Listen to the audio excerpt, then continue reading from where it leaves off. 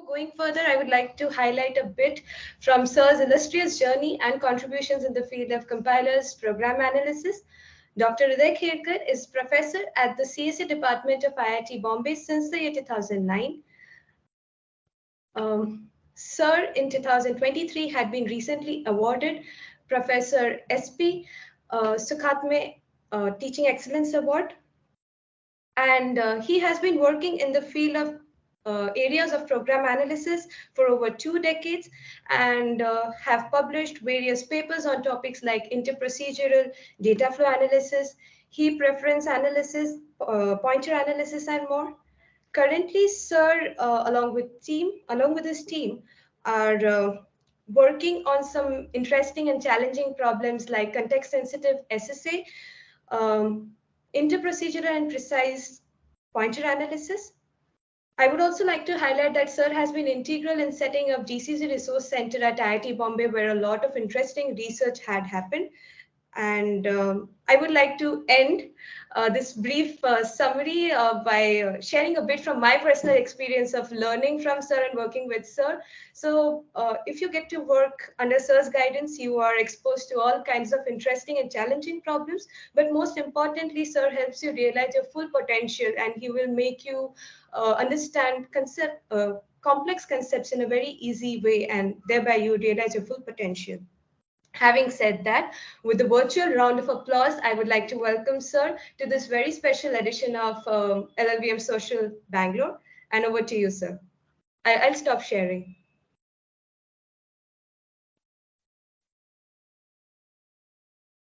Sir, you're muted. Thank you very much, Prerna, for your kind words. It's always pleasure to meet people with whom you worked in past some time, and then life brings you across them once again. This is one such occasion, so it's a great pleasure for me to talk to all of you. Let me begin by sharing my screen.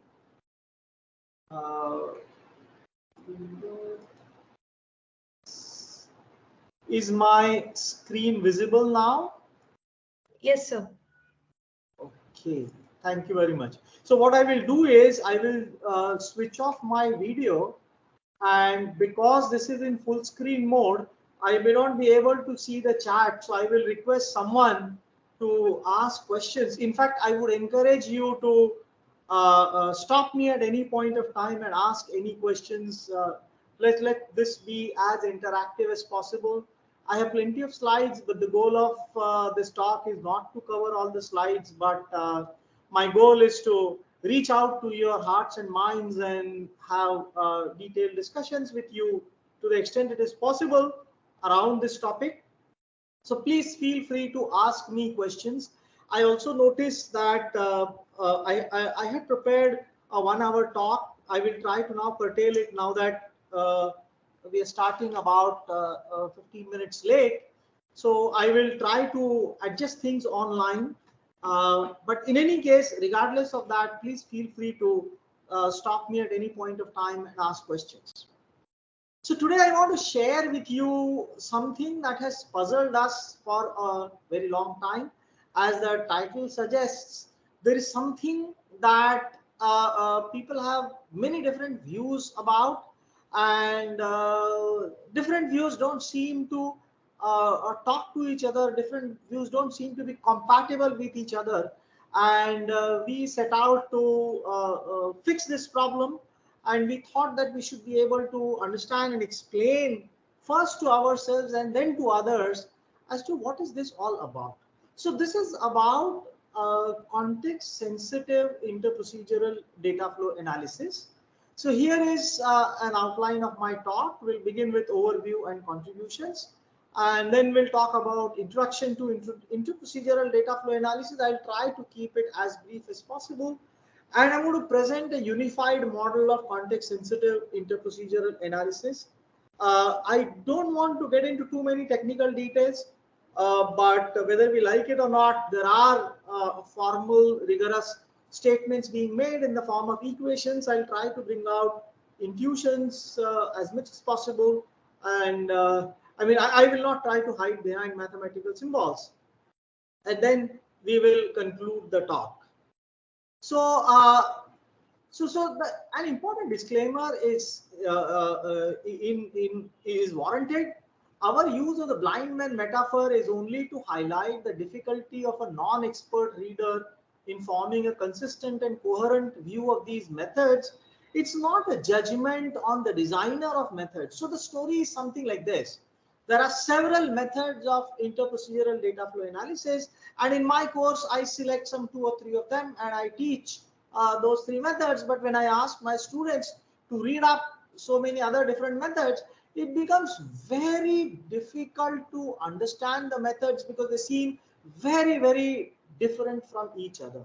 So this metaphor refers to the parable in which people see different parts. So someone holds the trunk of an elephant and say, oh, elephant is like a flexible pipe. Someone holds the legs of an elephant and some says no, elephant is like a column. Someone holds someone holds some other part of the elephant, maybe tail of the elephant, and says the elephant is like a rope. So different people see different things, but they don't form a good complete picture. Okay, so we strongly believe that the story of context sensitive methods is no different. We have had struggle understanding all these different methods, so we thought we should just simplify the whole thing. Okay, so why do we talk about interprocedural analysis? I mean, I don't have to describe what program analysis is. This is all compiler community, so we all know program analysis involves discovering useful information out of programs. And when we say interprocedural analysis, we're talking about analysis across different procedures. So program analysis, interprocedural analysis extends the scope of analysis across procedures so that we can answer questions such as these: which variables are constant, which variables are aliased with each other, which locations can a pointer point to, and then we can answer which variables are modified by a procedure, which variables are used by a procedure. So in order to answer these questions, we need to extend the scope of data flow analysis, and I'm now going to talk about a specific form of program analysis called data flow analysis. So we need to extend the scope of data flow analysis across procedure boundaries. I mean, data flow analysis was conceived long back in 1970s, about 50 years ago, and for a long time data flow analysis remained intra-procedural, and even now most of the data flow analysis remains intra-procedural. Whether we talk about LLVM, whether we talk about GCC, there are some analyses that are interprocedural, but most of them restrict themselves to a certain procedure, and we will talk about why that is the case. But the whole idea is we would like to incorporate the effect of procedure calls in the caller procedures and effect of callees on the caller procedures and effect of the caller procedures on the callee procedures. Okay, so ideally interprocedural analysis should achieve the effect of inlining procedures at their call sites.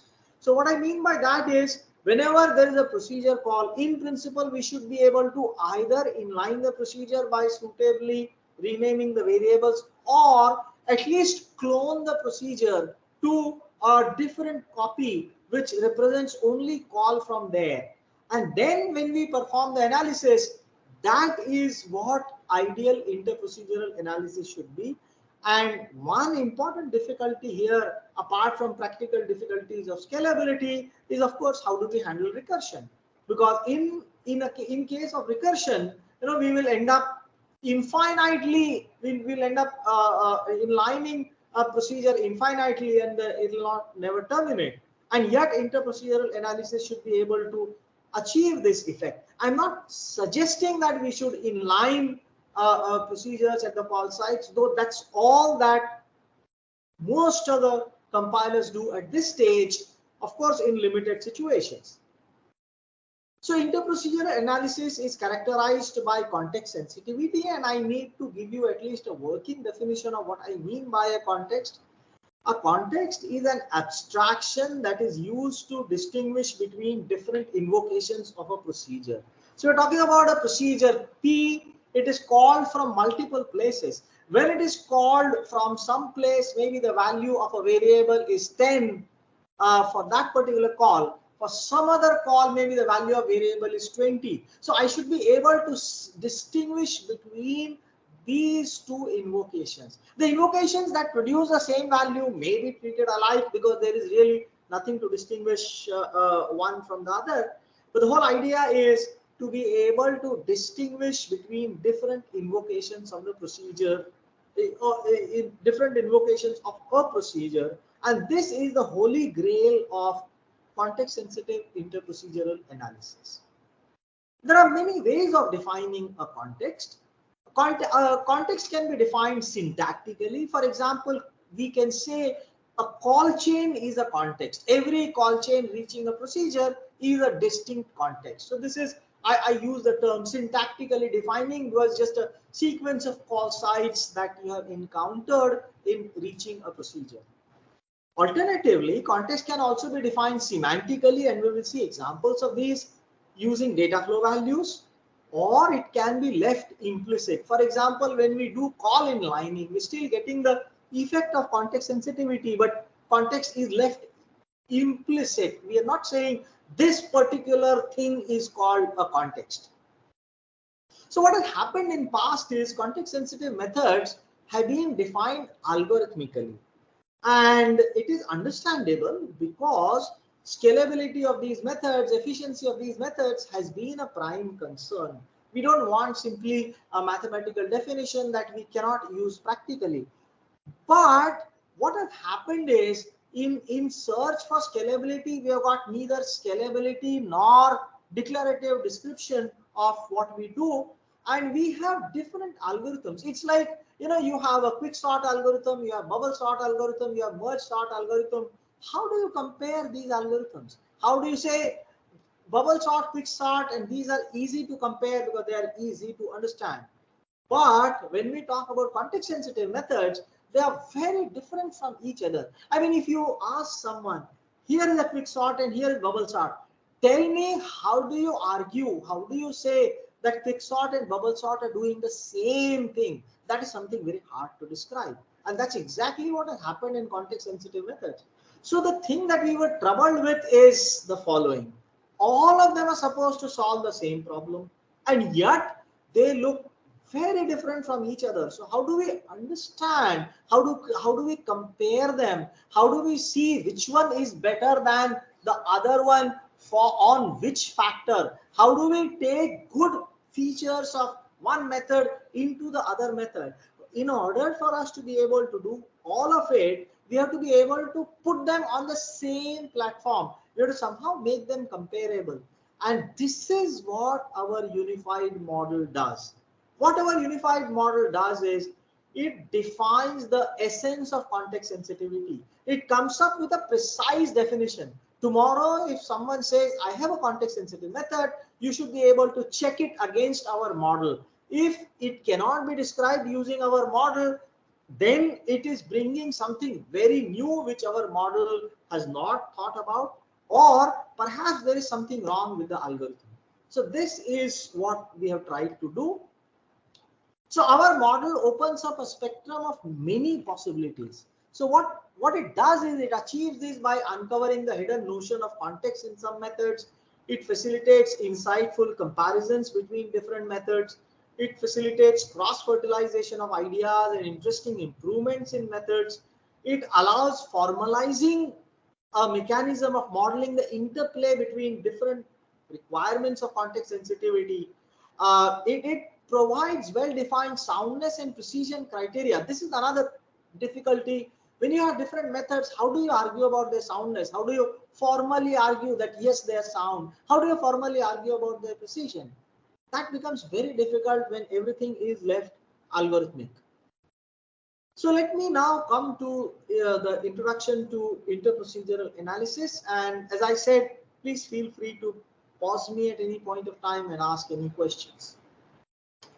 Okay, so let's first talk about intraprocedural data flow analysis, and I have to use some formalism here. A data flow analysis essentially computes what we call data flow values, which represent the abstract behavior of the program without executing the program. These data flow values are supposed to tell us what all possible invocations of this particular procedure can do with this variable at this program point. Formally, these data flow values form what is called a complete lattice with finite height. We can waive the requirement of finite height, but let's not get into those technical details. So first requirement is we need to have a complete lattice. The second requirement is we need to have monotonic transfer functions that take a value from the lattice and produce another. So lattice is a partially ordered set. So you have a set domain and you have a range, and here your domain and range of the function is same. So all you're trying to say is this function should be monotonic. So if there is some notion of ordering between two data flow values, this notion of ordering is preserved in the output computed by the functions. Here we represent the program by control flow graphs, and we define the relationship between data flow values at different nodes in the control flow graph, and these dependencies between different data flow values give rise to what we call as a data flow equation, and the solution of a data flow analysis is the maximum fixed point of data flow equations. You start with a conservative value and you keep refining the value until the value stabilize. Of course, there are all these questions. How do you know the values will stabilize? What is a good values to start with? These are all nice, interesting questions, but they have been answered for a long time, and I'll be happy to take up these questions later. But for the timing, let's go ahead with the assumption that all these guarantees exist. Okay. For context sensitive interprocedural analysis, so this is what we talked so far is intraprocedural data flow analysis. Now when we talk about interprocedural, when we talk about something that's happening across the procedures. So for context sensitive interprocedural analysis, we need to define how contexts are computed and how a call node is handled. Recall what you said about context. Context are some abstractions that help us distinguish between different invocations of a procedure. So we have to have a way of defining it, and once we have defined it, we have to be able to say, okay, now I have this particular call, I have encountered a call to this particular procedure. You have to be able to say what is the effect of this call of the procedure in this particular context, and if you can distinguish it for each possible context, then we perform context sensitive interprocedural analysis. So let's start looking at, let's start making the idea of context more precise. So so we begin by looking at program representation. So here is a program. Don't get too much baffled by the notation. The start of main says that this is the start of the procedure. End of main says this is the end of the procedure. I hope my mouse is visible. Prerna, can someone confirm? Yes, sir, I can see your mouse. Yeah. Oh, very good. So similarly, we have this start of procedure P and end of procedure P. We have start of procedure Q and we have end of procedure Q. So we have three procedures here, and the main procedure calls Q, Q calls P, and P in turn calls Q. So this is a recursive procedure. Okay, we can start talking about something called a call multigraph. We all are compiler people, we know what it means. So we have a node which represents main, which calls procedure P, P calls procedure Q, and Q calls procedure P, and at two places. And since we have parallel edges, actually we can separate these edges by their labels. So technically it's a multigraph, but often people call it a call graph, and we're fine with it. The other representation for interprocedural analysis is a supergraph. In a supergraph, a call node is split into a call part and a return part. So we call this as a call node, and we call this as a return node. So for every call, there is a return. So call node essentially says, I'm going to transfer the call to the procedure, and the return node says the procedure, procedure is going to transfer, the callee procedure is going to transfer the control here. So we have this call node. For convenience, we call them C1, R1, C2, R2, C3, R3, and C4, R4. Meaning, for every call node, there is a corresponding return node, and it's important that they be paired with each other because of a simple calling convention that programming languages have, which is that when a procedure is called from a point, the call must return to the same point. So this is the caller-callee convention that we want to follow. So we can represent this by adding edges from the call node to the start of the callee procedure and from the end node to the return node. So this indicates interprocedural control transfer. Similarly, we have edges from C2 to start queue and from end queue to R2. And now we want to add edges from C3 and C4 as well. So call node C4 should have an edge going to start of P, and end of P should have an edge coming back to R4. And similarly, we have the edge between or from call node C3 to start of P and from end node to end of P to the return node R3. Okay. So what does this represent actually? So let's try to imagine as if we were going to execute this program, and if we did so, we have the benefit of a control stack with us, which says that main calls procedure P at the call site C1. So this double line in blue arrow shows the execution path that has been taken. So we have reached start of P, and there is only one thing that we can do. From here we can reach the start of Q. So it would amount to pushing the activation record of Q, the stack frame of Q, on the control stack. So we have reached Q, and let's assume for simplicity that Q returns the control from here. Q does not make any further call. So now we take this edge, this brown edge, and the control is transferred to R2, and in the process this stack frame will be popped off, and now we reach end of P.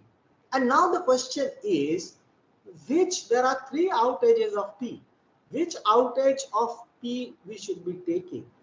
So if we were to take this outage, which goes from P to R4, this is not a valid path because the call to P has been made out of main, and therefore P must return the control to main. It cannot return the control to Q. Now, we are looking at the call stack right now, but when we do static analysis of programs, we don't have the benefit of the stack.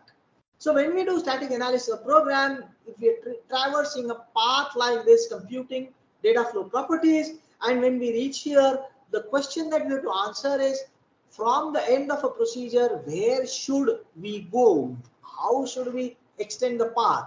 So if we were to extend the path like this, it is an interprocedurally invalid control flow path, because such a control flow cannot exist by the requirement of the nestings of the call. Similarly, if we were to transfer the control to R3, even that is an interprocedurally invalid path.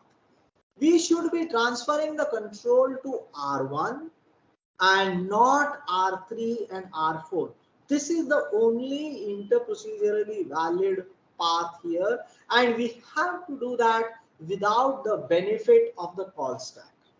So here is the first main and most important issue that an interprocedural analysis has to handle. It has to restrict itself to interprocedurally valid paths.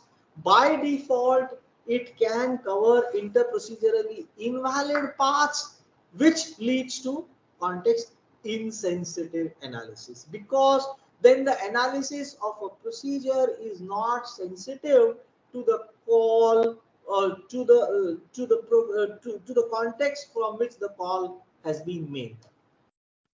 So what do we mean by context sensitivity again?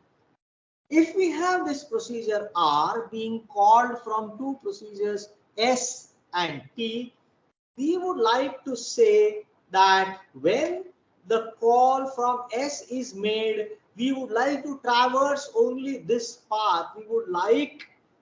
We compute some data flow values within R, and we say that this information is for the call of R from S, and then we return the data flow value to the caller procedure, which in this case is S.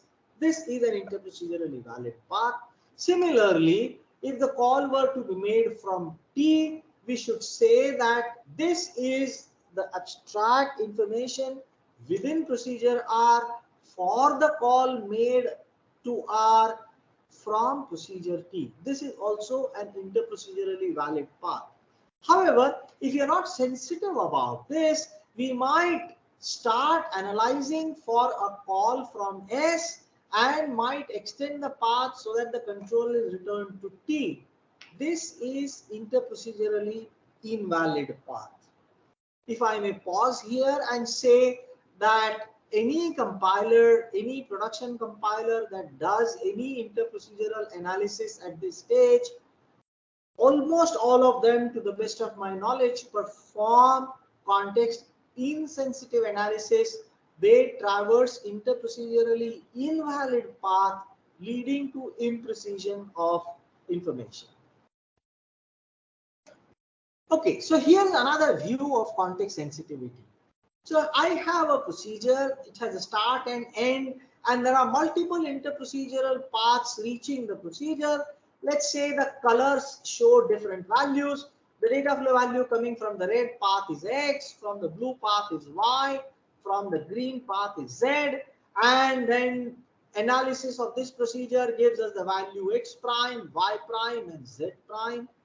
What context sensitivity says is either we treat each of these paths distinctly, or it is sufficient to analyze the blue path only once. There are 3 blue paths, but because all of them have the same input value coming to the procedure, the output value is going to be same. So here now we define the context semantically in terms of data flow values. We are not defining context in terms of the interprocedurally valid paths, but this preserves interprocedural validity. So here is a simple example to show the distinction between context sensitive analysis and context insensitive analysis. I want to do what is called constant propagation. When we look at this procedure S, we have the value of A equal to 2, then we call R really does nothing, and we have a print A, so we should be able to optimize this to print 2, and within T we have A equal to 5 and we are printing A, and we should be able to optimize it to print 5. So what happens in a context sensitive analysis is we traverse this path, and because the call has been made from S, we return this data flow value. We collect the data flow value. We say that the value of A is 2. We record that here and we return it to procedure S, and we say, okay, the data flow value of A, we know that A is a constant with value 2, and therefore we can optimize this print statement to simply print 2. In a similar manner, we can analyze the call from procedure T, and we can say the value of A is 5, and within procedure T we return the data flow information which says that the constantness value of A is 5. Remember, within the body of R we say A is both 2 and 5, but we do not say in procedure S that A is 5, and that is why we are able to do this optimization. On the other hand, if we were to do context insensitive analysis, then we cannot make a distinction between different invocations of procedure are, and therefore we merge these two values and we say, look, a could be 2 or a could be 5, and therefore at compile time I'm unable to say that a has a constant value. So I summarize it by saying a, the data flow value of a is bottom, which means that it's not a constant value. And once I do that, I'm constrained to transfer bottom value to both these callers, and in this case I cannot do the optimization. So imprecision of program analysis prohibits optimization. Context sensitive, insensitive analysis leads to imprecise results. Okay, so the question is, if that is so, why don't production compilers use it? Okay, the reason is that scalability is a big challenge. So in most cases, some interprocedural analysis is performed, but it is restricted to a particular translation unit because of separate compilation. Interprocedural analysis requires us to get the entire program. So even if there are separately compiled procedures, and that's why the LTO framework, which came up with LLVM and then it was adopted by GCC, LTO framework has been used such that at the time of linking, we have all the procedures and we collect all the procedures and then recreate a big representation of the program in which we have all the procedures. Okay. However, it is difficult to scale context sensitive whole program analysis. The most efficient one of them is also order n cube, and as we know, n cube is bad. Theoreticians will be extremely happy to hear the value order n cube, but practitioners know that anything that is even slightly higher than linear is not something good in practice. So practical compilers are unable to do interprocedural optimizations. Most common interprocedural optimization is procedure inlining or procedure cloning. Sometimes interprocedural constant propagation is done, but it is typically context insensitive. In fact, I checked, I think the interprocedural constant propagation done by LLVM is also context insensitive. I don't know whether it is restricted to a translation unit in LLVM, but we can check. I have not checked that. Okay.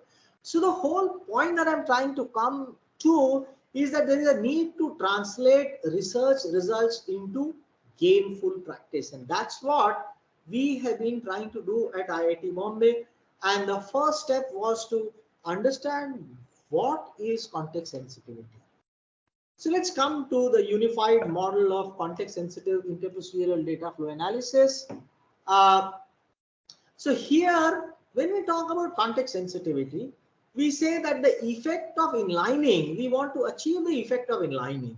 It is achieved either by call return matching, by ensuring that when a return node Ri is matched, the last call node in our context is Ci, so that Ri matches Ci. This is called call return matching. This is used by context sensitive call strings method. Here contexts are explicit and are defined syntactically.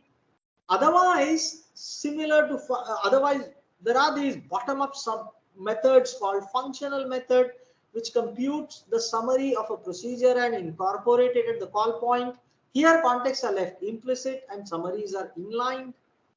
And the third option is to analyze a procedure for a particular data flow value and use the analyzed result at the call point. So methods such as graph reachability, value context methods, etc. use this. Here contexts are explicit and are defined semantically. Okay. So now let's come to brass tacks. When we talk about the details, the context sensitive information at a program point is a pair sigma comma x. So the sigma comma x, I'm sorry, I'm not able to highlight this in full screen mode. Sigma comma x, where sigma is the context and x is the data flow value. As we said, a separate value is computed for each context reaching a procedure. We leave the context sigma and the data flow value x undefined. We would like to allow each method to define its own way of context and its own way of computing data flow values, but it has to be explicit. Okay, so sigma is defined by the method of performing analysis. X is defined by the analysis to be performed. Are we doing constant propagation? Are we doing live variables analysis? Are we doing region definitions analysis? Depending upon that, the nature of X will be different. And the examples of context are a call chain reaching a procedure or a data flow value at the start of a procedure. Okay, so I have listed these methods. I don't want to get into the details, but as you can see, so here there's 1, 2, 3, 4, 5, 6, 7, 8 methods, and there's also context insensitive method that I have not listed here. So there are these 9 methods. In some of them, the notion of context is explicit. In some of them, the notion of context doesn't exist. Somewhere it is implicit.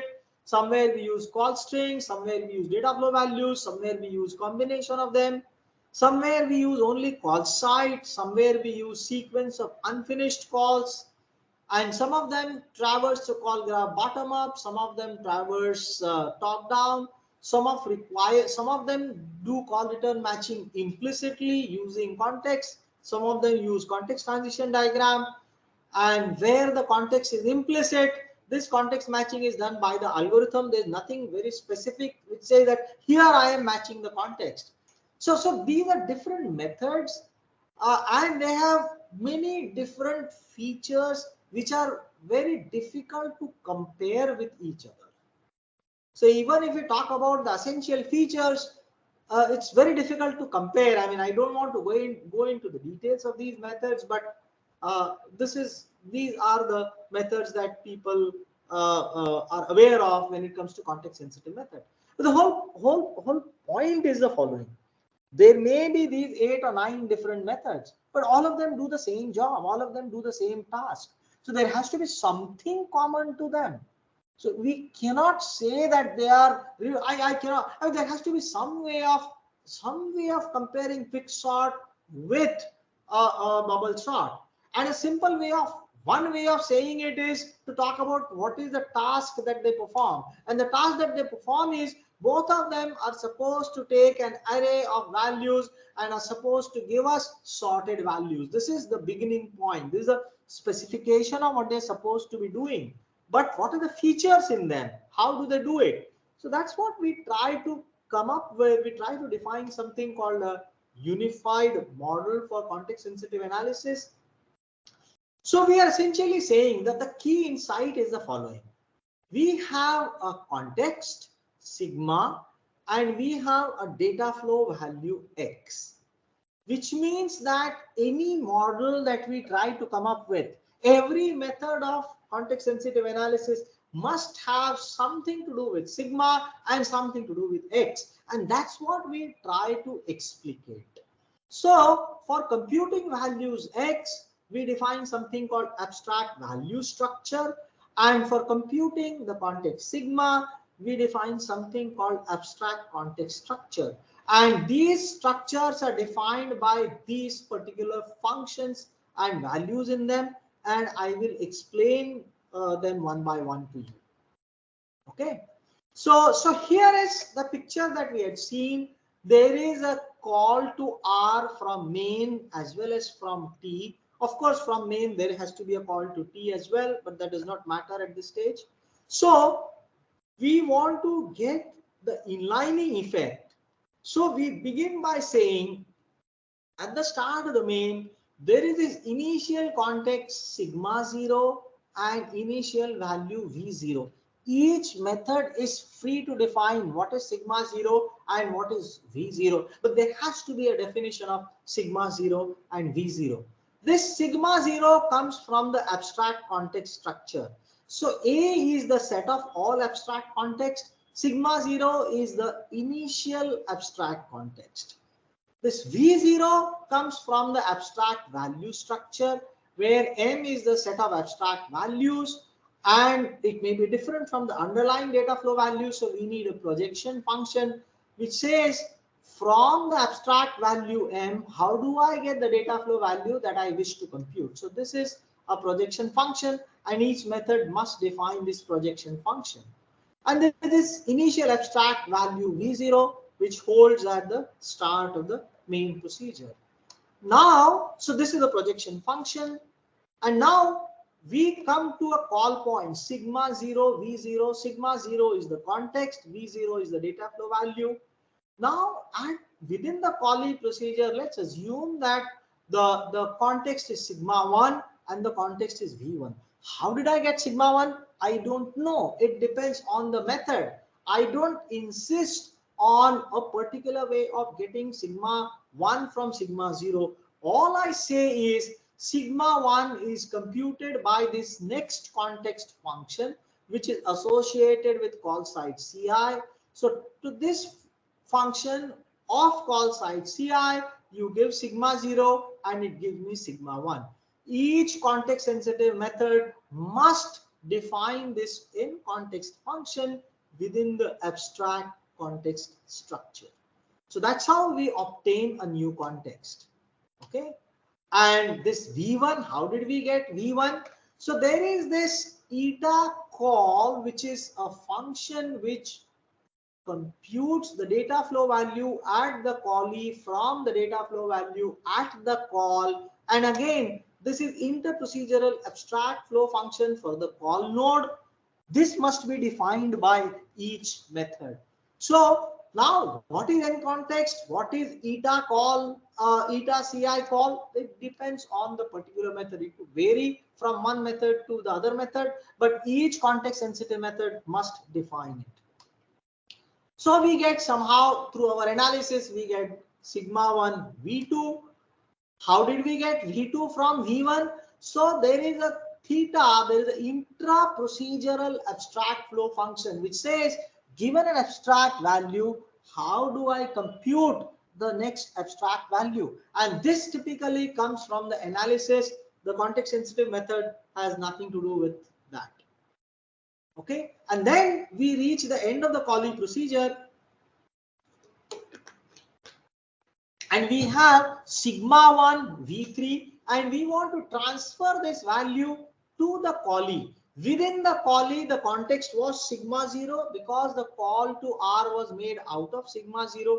How do I get sigma 0? Simple. We have this n context function. By checking the n context function, we find out sigma 1 is n context of sigma 0. So therefore, the context here must be sigma 0. How do I get v4? Because I have eta return here. So eta return function gives me what is the return value at the callee and what will be the corresponding value at the caller. Why do we need these two functions? There's a bit of technical detail in order to handle functional method, and I'll be happy to take it offline if you're curious about it. So we have abstract values, we have projection function, we have abstract flow functions, we have abstract context, and we have context transition function. That is all that we need in order to define this unified model. If we can define these values, then we have defined any and every context sensitive method that works on calling contexts. So this model can be instantiated to a large class of methods by defining the abstract value structure and abstract context structure for a method. And soundness and precision of the given method can be argued using model. So we have using this model. So we have a proof requirement. We have proved the soundness and precision of this model. You instantiate that proof to your method, and you have a proof of soundness and precision of your method. And this can be done for any method. Even if you come up with a new method of context sensitive interprocedural analysis, you should be able to instantiate it here. So how do we perform interprocedural analysis in the unified model? Let me skip these equations. It's a matter of detail, but there's a well-defined way in which we perform it. Is essentially using these abstract context structures and abstract value structures. So let's look at the call strings method. So we need to have an abstract value structure, abstract context structure. So for call strings method, abstract value structure is the underlying lattice. The initial value is the boundary information. The abstract flow function is the node flow function. At the call and return, we have identity functions, and a projection function is also identity function. And our set of abstract context is the set of call strings. sigma 0, the initial abstract context is epsilon or lambda, the empty call string, and in context function is something that essentially suffixes a call node to a call string. This defines the call strings method completely. There is nothing more that you need to know about the call strings method as far as how the method works. When it comes to efficiency and implementing it properly, of course, you need to know many more details. Let's look at this other method called value context or Vasco. Again, so we have this M, the abstract lattice is the actual lattice. This is again similar to the previous method. We have boundary information. The intraprocedural flow functions are same as the abstract flow functions, the same as the flow functions coming from the method. Eta call and eta return are identity functions, assuming we are only talking about global variables and assuming that for simplicity we're not talking about parameter mapping. If you're doing parameter mapping, then this eta call and eta return will have to be different. But just essentially doing modeling of parameter passing.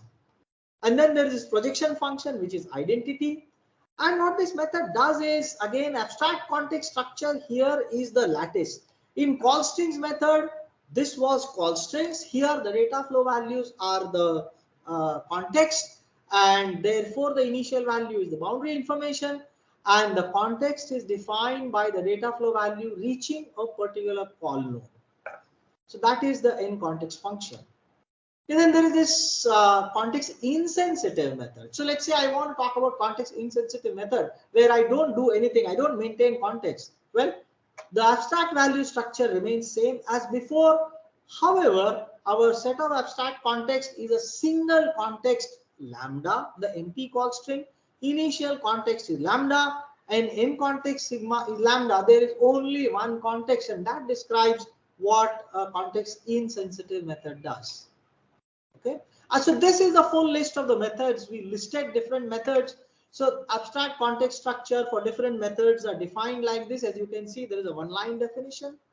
Abstract value structures also are quite similar, and we can compare now different methods. We can now compare how the methods differ, how the methods compare with each other. Okay, so I guess we are on time. Let me conclude. So let me make some important observations. A necessary requirement to achieve context sensitivity is to ensure call return matching. In order to render the method practical, a desirable requirement is to reuse procedure summaries. Context can be defined in terms of data flow values or some abstractions of call strings.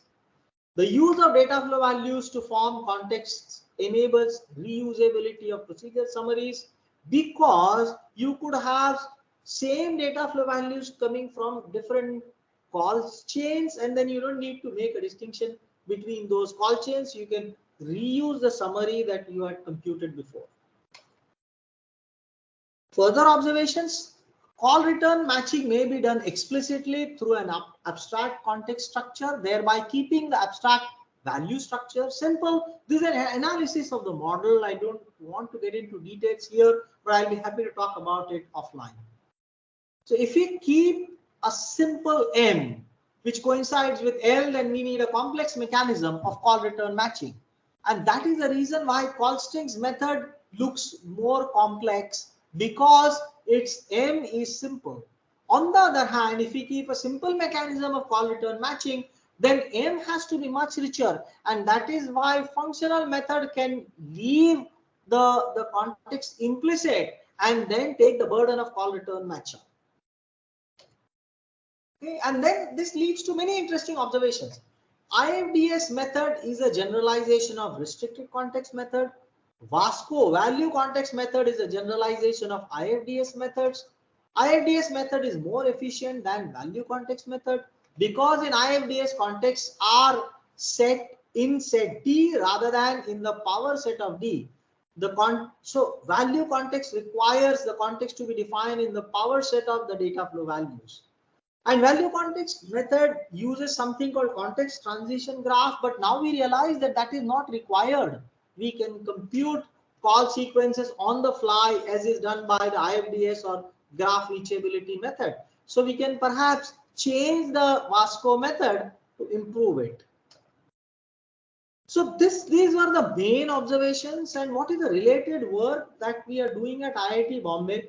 So as I said, I want to change the reality that no production compiler does any context sensitive analysis. I mean, of course, it's not that people don't know how to do context sensitive analysis. People know it. All these methods have been known for a very long time. The first method, the Myers method, came in 1971. The functional method 1979. The functional method and call string method were defined in 1981 by Sharir and Newelly. So people have known these methods for a long time, but they don't scale to large programs, and that is the real bottleneck in taking research to practice. We would like things to work efficiently for large programs. So towards this, what we are doing is there are two significant efforts that we are doing. We are working on the Vasco framework in LLVM. We have implemented it, and we're working on it to form it up before we release it to public. All my students and masters and PhD students are using Vasco in order to perform context sensitive interprocedural analysis, and it still doesn't scale to very large programs, but we're looking at what we can do to make it scale, and we have some interesting leads. But a more important effort is context sensitive SSA. As all of you know, every compiler uses SSA. Every compiler these days uses SSA. SSA has been known since late 1980s, and it has become a de facto standard representation of every compiler. However, and this however is very big, this SSA is restricted to intra-procedural level. I cannot construct an SSA across procedures. I do not get SSA edges across procedures for global variables, and I have to approximate pointers very conservatively. What we have an interesting method which gives us context sensitive SSA, which is the interprocedural SSA, and by doing that we should be able to do context sensitive analysis without worrying about scalability, subject to us being able to construct the context sensitive SSA, because then we just have to traverse the refuse chains. We can do sparse analysis at the interprocedural level. The way intraprocedural SSA guarantees referential transparency, at the intraprocedural level, COS SSA or the context sensitive SSA guarantees referential transparency at the interprocedural level. So the way intraprocedural SSA gives flow sensitivity for free, COS SSA gives both flow and context sensitivity free. You don't have to worry about traversing in a certain order. There is no fear of you compromising on context sensitivity. There's no fear of you compromising on flow sensitivity. This is a dream project that this is one of the two major dream projects. The other dream project that Prerana talked about, flow and context sensitive pointer analysis, I have been working on that for about a decade and a half. So it's for 15 years that we have worked on different aspects. I've set up a simple one-line goal for myself. I want to do flow and context sensitive points to analysis of 1 million lines of code in about tens of minutes. We have reached so far 158K. We have some further insights which give us the hope that we might be able to go further.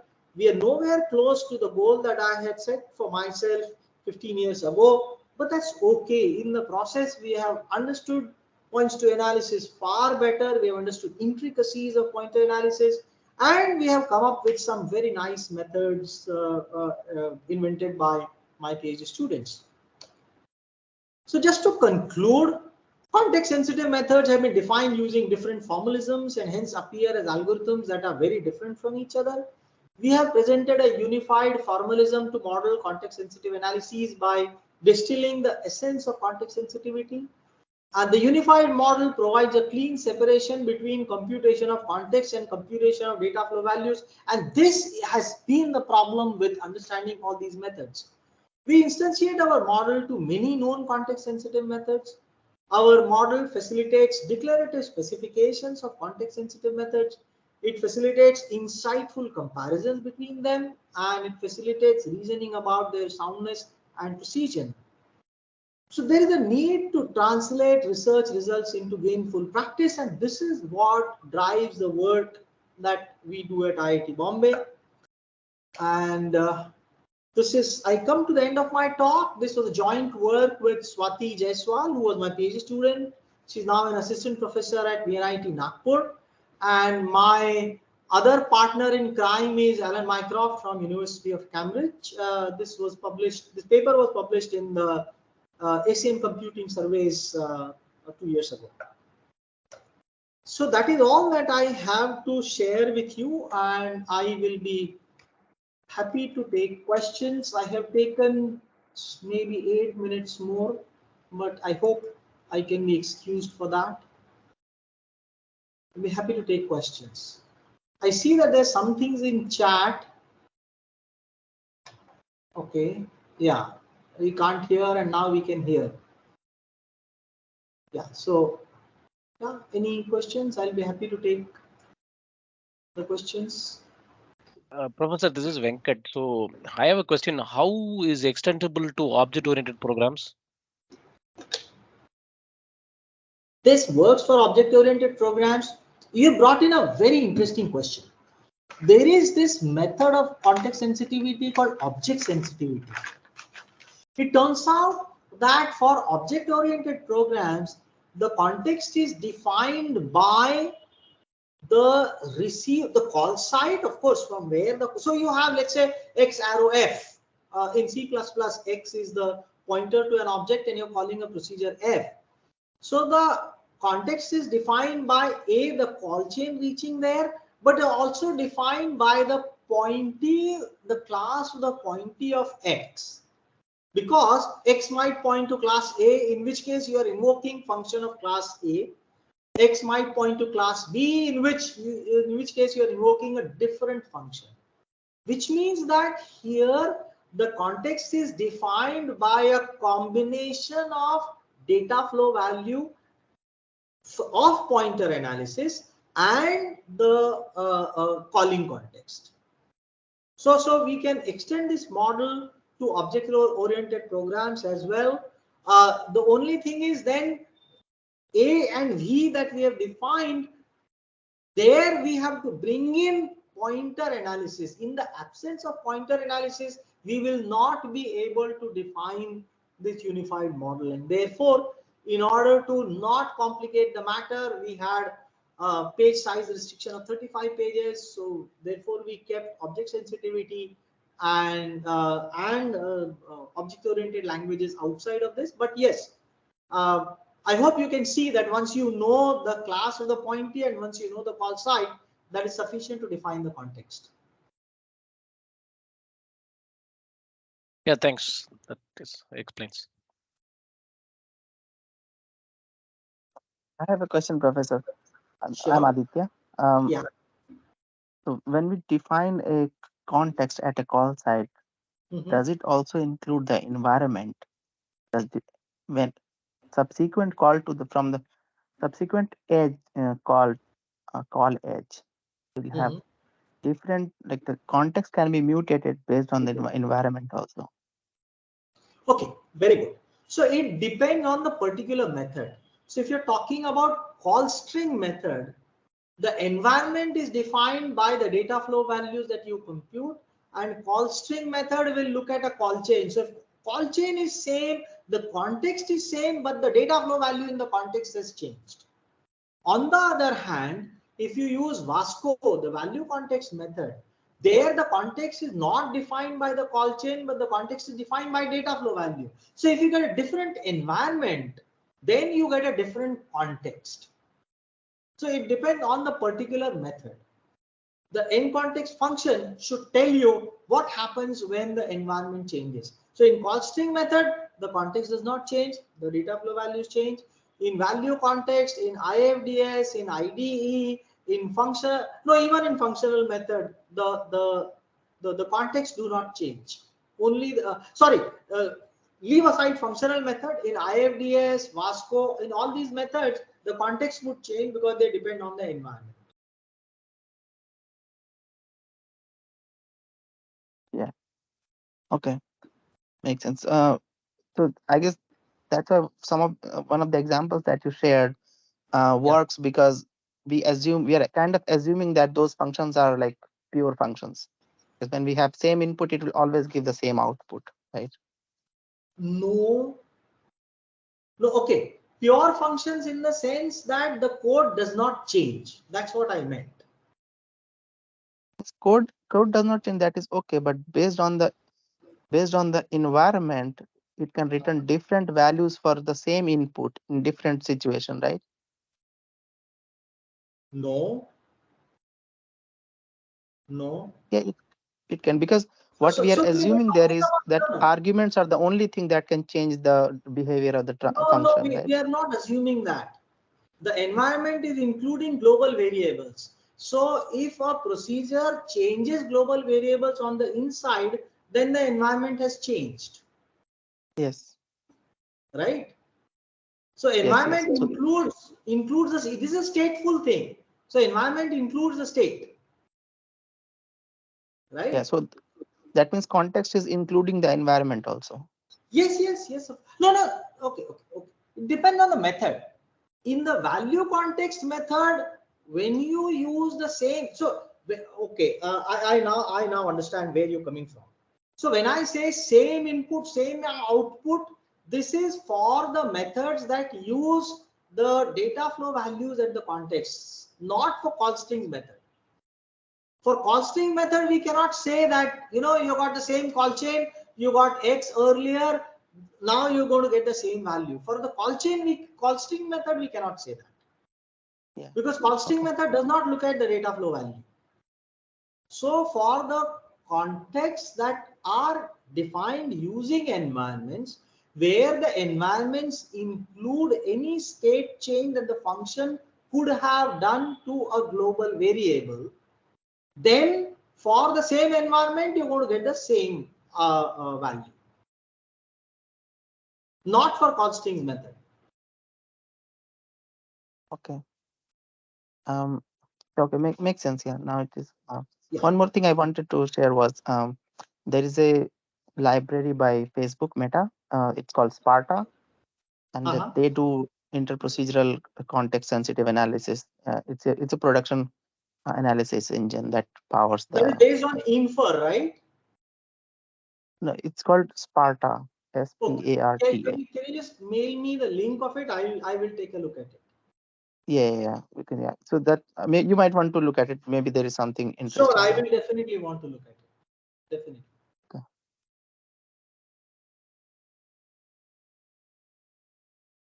So, Professor, there's a question in the chat. Does Vasco framework improve upon the complexity of order of N3? Also, any reading material on causes SSA? Vasco framework has complexity that is worse than order n cube. N cube is the complexity of IFDS. Vasco is a generalization. IFDS is a special case of Vasco, and it is more efficient. Vasco is not more efficient than IFDS, but then Vasco can be used for things that IFDS cannot be used for.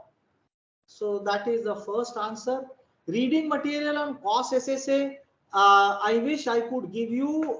We're submitting our paper to PLDI in a couple of weeks from now, and because it would be under review, I will not be able to release it publicly, but I will definitely want to release it whenever the opportunity presents itself.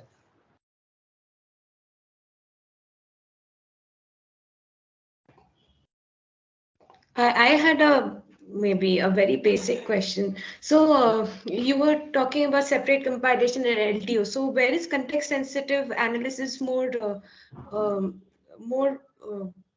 preferable in the LTO compilation? So what I was trying to say is, by definition, separate compilation conflicts with the requirement of context sensitive interprocedural analysis, which requires the procedure bodies.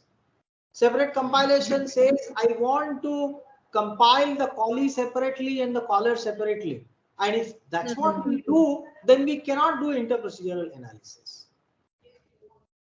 Okay, and therefore what LTO does is LTO brings all the .o files, it takes all the .o files and creates a fat object file and then gives us back.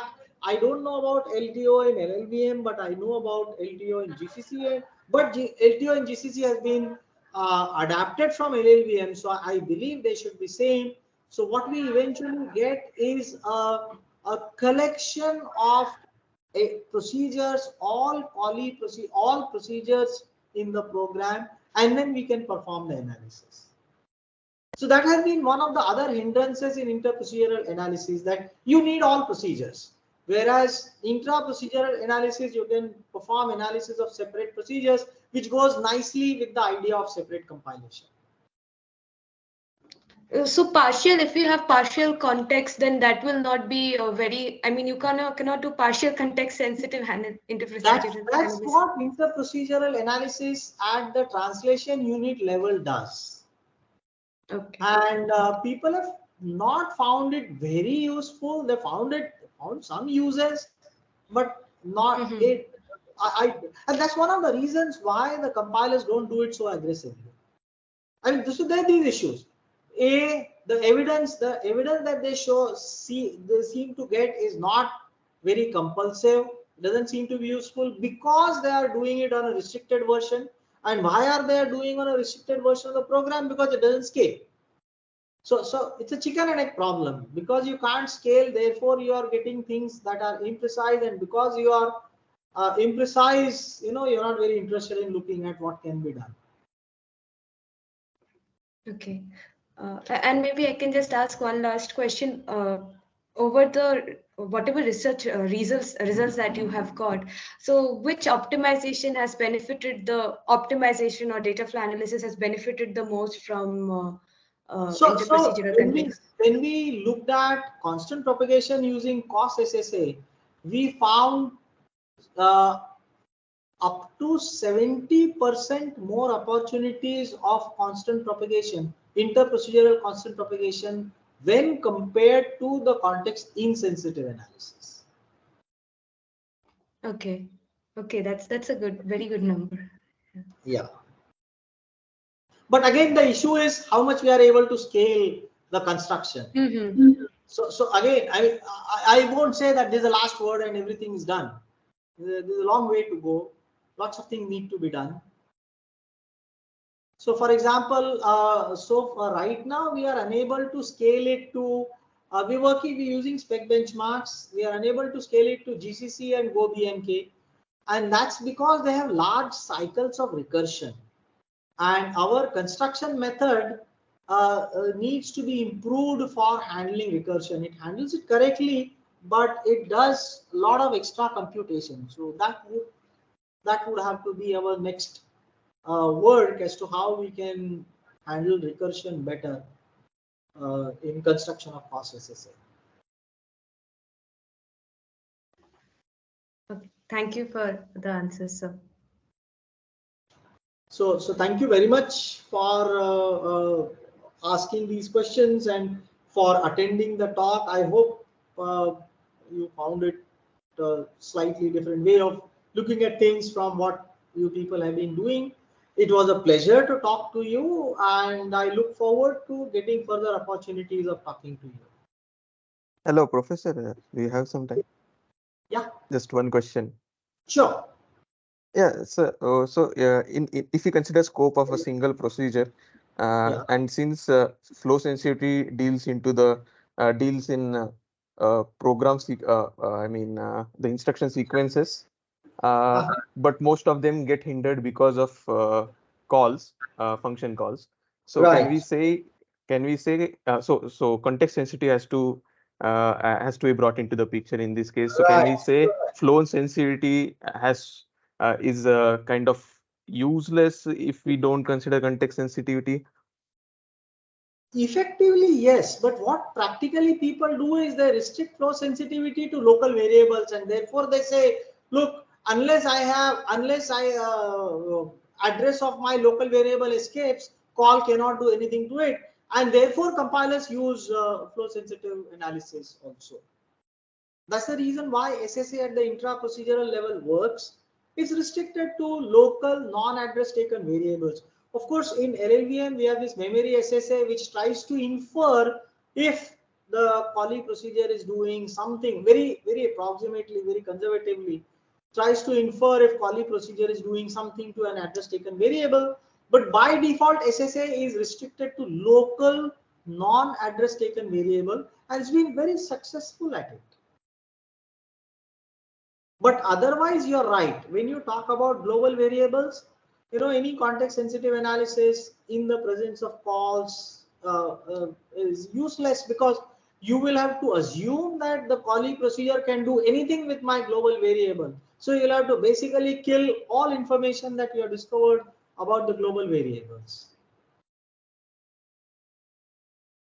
Yeah, thanks, Professor. Sure. Thank you very much. Professor, probably a final question. Can you please tell me about how your research group and how people can reach out to you and work for you? Or just send out an email to me.